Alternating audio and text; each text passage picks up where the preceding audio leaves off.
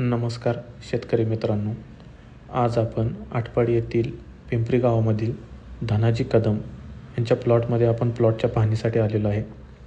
या प्लॉटमध्ये त्यांनी ढोबळी मिरचीची लागण केलेली आहे. लागण करताना त्यांनी स्वरूप या व्हरायटीची त्यांनी निवड केलेली आहे.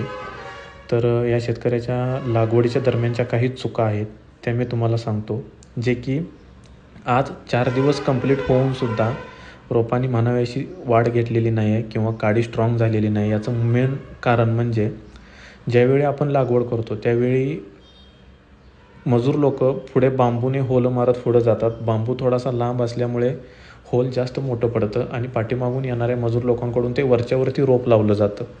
तर त्याचा दुष्परिणाम असा होतो की बांबूचं ते होल आणि वरच्यावरती लावलेलं रोप याच्यामधील एक गॅप निर्माण तयार होतो.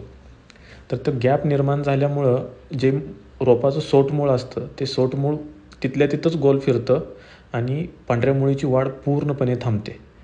त्याचा दुष्परिणाम असा होतो की रोपाची वाढ थांबली आहे पूर्णपणे, पानं पिवळी पडायला लागलेली आहेत. ह्या चुका असतात. पण नंतर त्यांनी सुधारणा केल्यानंतर रोपाची थोडीशी परत त्यांनी लागण डबल केलेली आहे. रोपं तेच हे करून त्यांनी लागण डबल केलेली आहे. त्याच्यानंतर थोडीशी रोपांमध्ये सुधारणा दिसायला लागलेली आहे, कारण नवीन फुलवी जी फुटायला लागलेली आहे ती एकदम योग्य फुटायला लागलेली आहे. त्यासाठी लागवड ही खूप खरंच महत्त्वाची असते शेतकरी मित्रांनो, ह्याची मात्र काळजी घ्या.